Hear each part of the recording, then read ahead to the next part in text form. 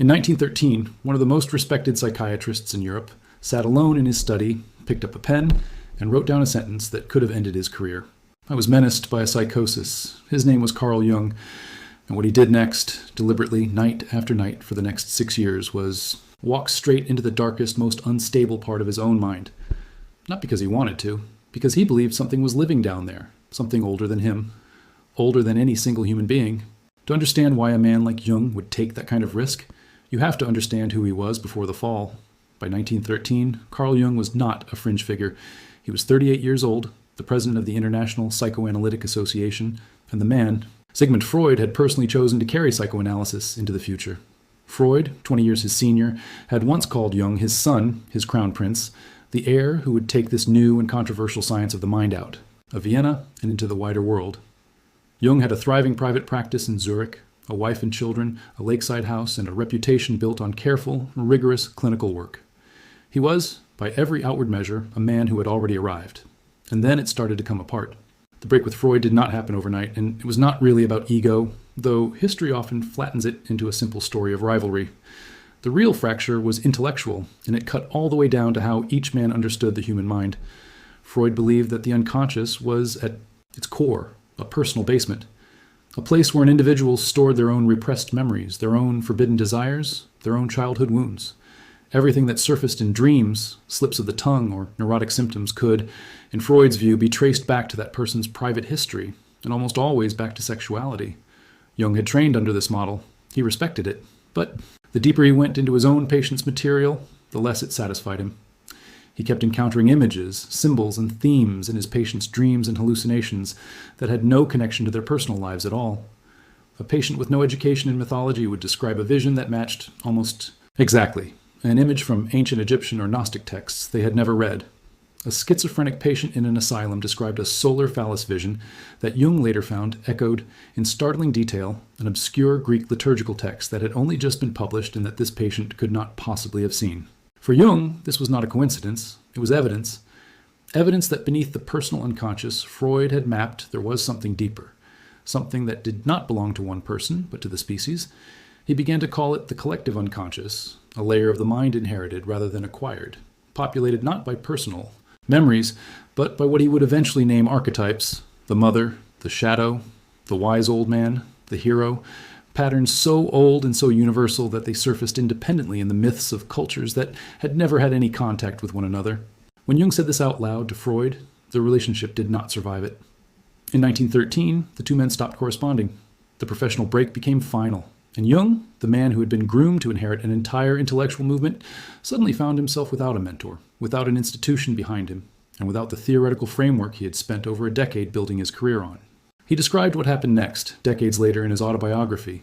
In a chapter he titled Confrontation with the Unconscious, he wrote that a period of inner uncertainty began for him. He said he felt totally suspended in midair because he'd not yet found his own footing. This was not a metaphor he was using for dramatic effect. Jung meant it, almost literally. Without Freud's theories to lean on, and without yet having built his own, he had no map for the very material he had spent his career studying in other people. And so, in the autumn of 1913, he did something that most psychiatrists of his era would have considered not just unorthodox, but dangerous. He decided to turn the clinical method he used on his patients back on himself. If the unconscious could be explored, mapped and understood in the people who came to his office, then it could be explored in him too. He would become his own case study. He would go down into it on purpose. The first sign that something was shifting came as a waking vision, not a dream. Jung was on a train, fully conscious, functioning normally in every outward sense, when he was suddenly overtaken by an image of such force that it was almost impossible to distinguish from reality. He saw all of Europe drowned beneath a tidal wave of blood, not metaphorically. He saw the water rising, the bodies of civilization submerged, and floating wreckage where cities had been. The vision passed. He continued his day. But it recurred more than once over the following weeks, always with the same content, always with the same intensity. Jung did not yet know what to make of it. He wondered seriously whether he was witnessing the early stages of a psychotic break. He was a trained psychiatrist. He knew exactly what the clinical signs of psychosis looked like, and he understood that what he was experiencing matched them closely enough to frighten him. Then, in the summer of 1914, the vision stopped being private. World War I began, and the armies of Europe marched into a conflict that would, within months, turn the continent's rivers and fields into exactly the kind of horror Jung had been seeing for nearly a year. He would later say that this was the moment he understood his visions were not madness. They were not the private delusions of one unraveling mind. They were something that had reached into him from outside his personal experience, something that had, in some sense, known what was coming before the world consciously did. Whatever this layer of the mind was, it did not answer to one individual's biography. It moved through something larger. And if that was true, then walking away from it out of fear would mean abandoning the single most important discovery of his career, just as he needed it most. So he went further in, on purpose, using a method he began to develop and later called active imagination. It was not free association in the Freudian sense, where a patient lies on a couch and lets one thought lead to the next until something buried surfaces by accident. Active imagination was closer to a deliberate, conscious descent. Jung would quiet his mind, allow an image or a feeling to rise up from wherever it originated, and then, crucially, he would not simply observe it the way a scientist observes a specimen through glass. He would enter it. He would let the internal figures that appeared speak, and he would speak back. He treated the contents of his own unconscious not as symptoms to be analyzed from a safe clinical distance, but as autonomous beings that had their own logic, their own voice, and their own claim to reality, at least psychologically. This is where the story stops sounding like the biography of a scientist and starts sounding like something out of myth, and Jung himself was uneasy about that. In December of 1913, and repeatedly afterward, he had a vision he would later refer to as the mysterium, encounter. In it, he found himself descending into a dark, primordial crater, deep underground. And at the bottom, he came upon a columned manor inhabited by three figures. The first was an old man, robed with the bearing of a prophet, who introduced himself as Elijah, the biblical figure. Beside him was a blind young woman named Salome, and coiled between them a large black serpent. Jung, in his own later analysis of this material, understood these three as personifications of forces within his own psyche. Elijah represented intelligence, insight, the capacity to perceive and to order chaos into meaning. Salome represented feeling, desire, the erotic and instinctual pull that gives meaning its warmth and its danger. And the serpent, moving between them, was the old symbolic link connecting the two, the same figure that appears as the counterpart of the hero in myths across the world. Salome's blindness troubled Jung. He understood it eventually as a statement about feeling unmoored from insight, desire without direction, unable to see what it truly wanted. Elijah, on the other hand, was insight without feeling, understanding with no warmth to animate it. Jung's own conclusion, reached only after long, uneasy work with this material, was that neither figure alone represented a whole person. Only together, integrated, could they form something functional. This was not abstract theorizing to him. It was happening inside him night after night, and he did not always know at the time that he would survive it intact. Soon after, a new figure emerged directly out of the Elijah vision, and this one would matter more to Jung than perhaps any other image he ever encountered. He called this figure Philemon. Philemon appeared to Jung as an old man with the horns of a bull and the wings of a kingfisher, a pagan figure carrying what Jung described as an Egypto-Hellenistic atmosphere tinged with the flavor of ancient Gnostic thought. Philemon did not behave like a memory or a fantasy that Jung was inventing. He behaved like a teacher. He said things Jung had not consciously thought of, offered interpretations Jung had not consciously constructed, and insisted in the encounters on a basic and unsettling point, that the psyche was not something the conscious mind fully controlled. There were, according to Philemon, autonomous contents in the mind, figures with their own reality, independent of the ego that liked to believe it was in charge. Jung would later write that Philemon taught him the objectivity of the psyche, the idea that there are things in the mind which the thinking self does not create and cannot simply command. He walked with this figure in imagination the way another person might walk with a living teacher, and he took the lessons seriously enough that they reshaped the entire theoretical structure he would spend the rest of his life building. All of this, the visions, the dialogues, the descending stairways of the mind, needed somewhere to go. Jung began recording these experiences as they happened, first in a set of personal notebooks his family and later his editors would call the Black Books, 6 volumes filled with raw, unfiltered accounts of his internal encounters, written mostly in the years leading up to 1920, though he continued adding to them occasionally for years afterward. But raw notes were not enough for Jung. He took the material from these journals and began transcribing, elaborating, and illustrating it into a second, far more deliberate work. A large, leather-bound folio volume, hand-lettered in a calligraphic script modeled on medieval illuminated manuscripts, filled with his own paintings, dozens of them, depicting the figures and landscapes of his visions in vivid symbolic color. He called it Liber Novus, the new book. History would come to know it by the color of its binding, the Red Book. He began serious work on it during the years of the First World War and continued shaping, embellishing, and adding to it until 1930, a project that consumed him on and off for roughly 16 years. It has no conventional ending. It simply trails off, unfinished in the way a private diary trails off rather than the way a published book concludes. And this detail matters because Jung never intended the Red Book for the public. He considered it, by his own account late in life, the most important work he ever produced, the raw material from which every later theory of his career would eventually be drawn. And yet he kept it locked away. Only a small handful of people were ever permitted to see it while he was alive. After his death in 1961, it passed into the custody of his family, who kept it in a Swiss bank vault for decades, its contents known only through rumor, through the small excerpts Jung himself had quoted in later published works, and through the recollections of the few who had glimpsed its pages. For nearly half a century, the Red Book existed as something closer to legend than to historical document. Scholars of psychology knew it existed. They knew, roughly, what period of Jung's life it covered. They knew that between 1913 and 1930, Jung had gone through what he himself termed a confrontation with the unconscious, an experience serious enough that some of his contemporaries privately wondered whether he had suffered a genuine psychotic break rather than a controlled psychological experiment. But the actual pages, the actual paintings, the actual language Jung had used to describe what he had seen and heard remained essentially inaccessible.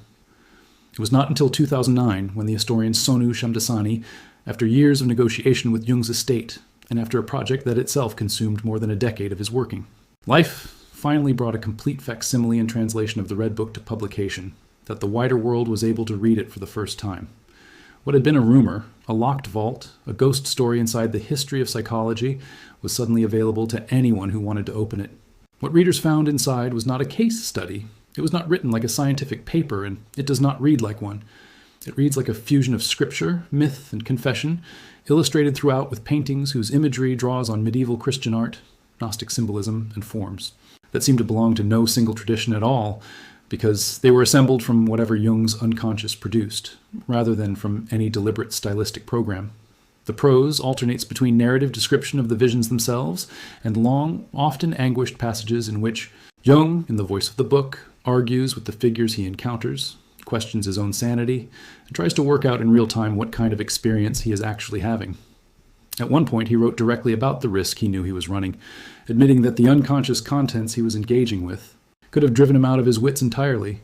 He said the only thing that kept him grounded through the worst of it was an underlying conviction that everything he was experiencing was ultimately directed toward something, that the descent had a purpose, even when it felt indistinguishable from breakdown. This is the detail that separates Jung's descent from an ordinary account of mental illness, and it is also the detail that makes his story so uncomfortable for some later critics. Jung insisted, throughout this period and for the rest of his life, that what he had done was fundamentally different from simply losing his grip on reality. He believed he had maintained just enough of an anchor in his everyday responsibilities, his medical practice, his family, his patients, to walk through the material and come back out the other side, rather than disappearing into it the way a psychotic patient might. Whether that distinction fully holds up is something biographers still argue about. Several of Jung's major biographers, writing decades apart and drawing on different sources, have independently described the years around 1913 and 1914 in strikingly similar terms, characterizing the period as one of profound psychological disintegration that brought Jung, by their account, to the edge of something close to collapse. What separates their assessment from a simple diagnosis of illness is that Jung did not stay at that edge. He turned what could have been a breakdown into what he treated as a deliberate method, and he emerged from it eventually with the entire architecture of analytical psychology in his hands. The theory of archetypes, the concept of the collective unconscious, and the process he called individuation, the lifelong project of integrating the unconscious and the conscious mind into a single, more complete personality. It is worth pausing on what individuation actually meant to Jung, because it is easy to hear a story about visions of blood and conversations with a horned pagan spirit, and assume the point of all this was mysticism for its own sake. It was not. For Jung, the descent was clinical in its ultimate purpose, even if the material itself was anything but. Clinical in appearance. He believed that psychological health did not come from simply managing or suppressing the unconscious. It came from confronting it, understanding its contents, and consciously integrating the parts of the self that had been split off, denied, or never recognized in the first place. The shadow, in Jung's system, was the piece of a person's own personality. They refused to acknowledge, often projected outward onto others.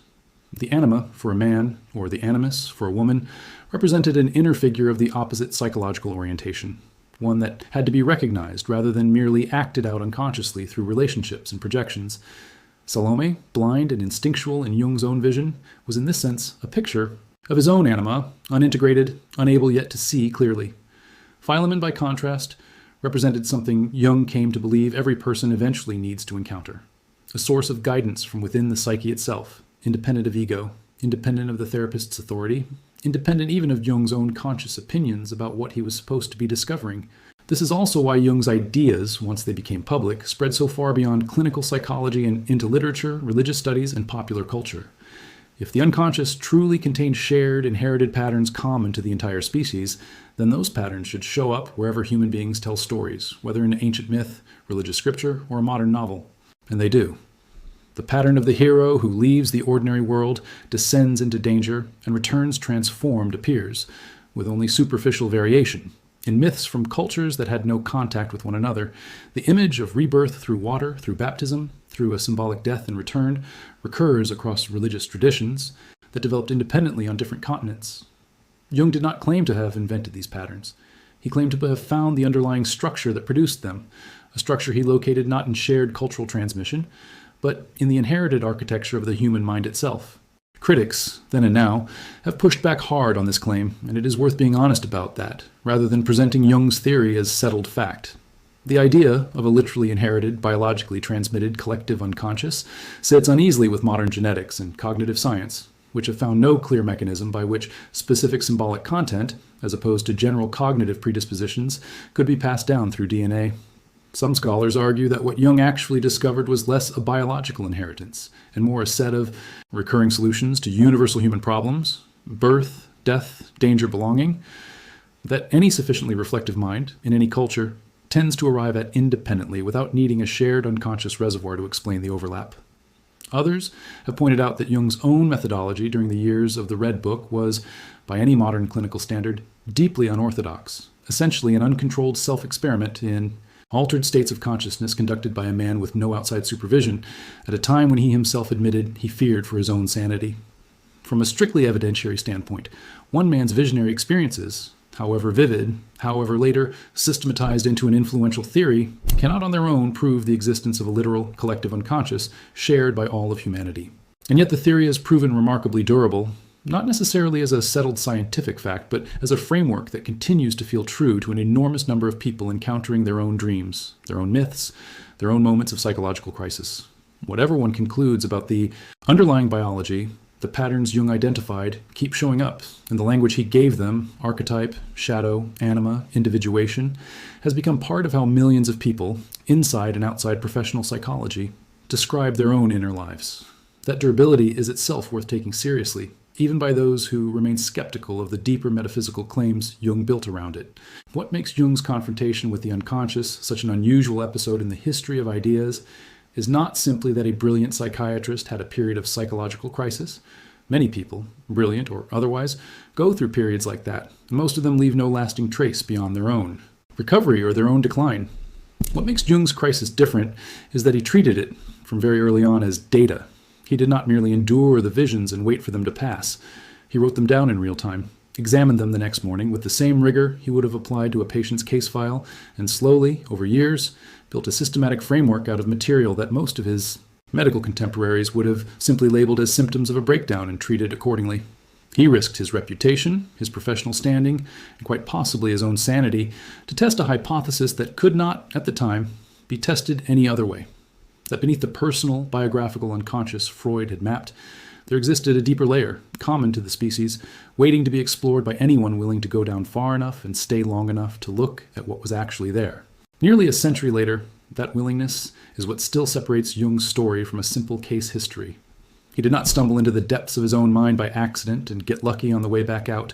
He went down deliberately, kept the door open behind him on purpose, and brought back a record detailed enough that, decades after his death, it could still be published, translated, and read by people who had never met him and never would. It is also worth asking what it cost him, because the years of the Red Book were not confined to quiet evenings of writing and painting. Jung continued seeing patients throughout this entire period. He continued raising his children, maintaining his household on the shore of Lake Zurich, and functioning outwardly as a respected professional in a small and closely watched medical community.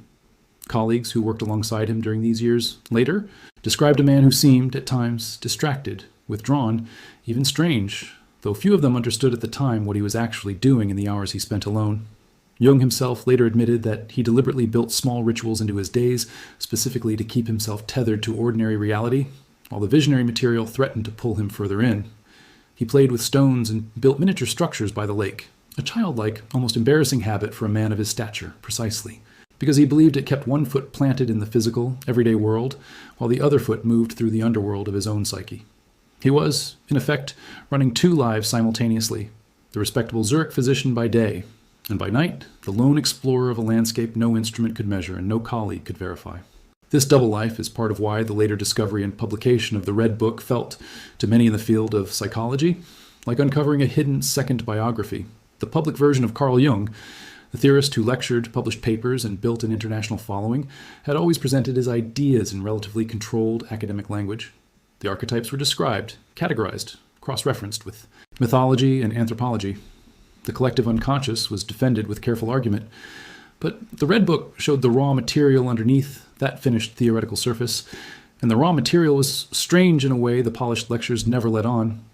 Readers encountering it for the first time in 2009 were not reading a textbook explanation of archetypal theory. They were reading a man's terrified, awestruck, sometimes ecstatic first-person account of meeting the very forces his theories would later try to explain in careful, measured prose. It was, in a sense, the difference between reading a mapmaker's finished atlas and reading the frightened, hand-scrawled notes he took while actually walking, alone, through the territory for the very first time, uncertain whether he would find his way back. The influence of what Jung brought back from that territory reaches far beyond the consulting room. Writers, filmmakers, and mythologists in the decades after Jung's death built entire frameworks on the bones of what he described. The idea of a single underlying hero's journey, repeated endlessly across cultures and centuries, owes a direct intellectual debt to Jung's archetypal theory, even in places where his name is never mentioned. Therapists who have never opened the Red Book still use language that traces back to it when they talk about a client's shadow or about integrating a difficult, rejected part of the self. Even popular discussions of dreams, personality, and self-discovery, far outside any clinical setting, continue to borrow, often without knowing it, from a vocabulary Jung first assembled while sitting alone with a paintbrush, trying to give form to something that had risen out of him uninvited. None of this settles the deeper question of what Jung actually experienced during those years, or what, if anything, it proves about the structure of the human mind. That question remains open, argued over by historians of psychology, by practicing clinicians, and by scholars of religion who see in Jung's visions less a scientific discovery than a modern instance of the same visionary experience that has produced prophets, mystics, and religious founders throughout history. What is not in dispute is the sheer scale of the risk Jung took and the discipline with which he documented it. A man at the height of a promising career walked away from the mentor who had guided him, away from the theoretical framework that had built his reputation, and directly into the most unstable material his own mind could produce, armed with nothing but a notebook, a paintbrush, and the conviction that what he found there would matter to more than just himself. The vault in Switzerland eventually opened. The book that had been rumor for 50 years became a physical object anyone could hold.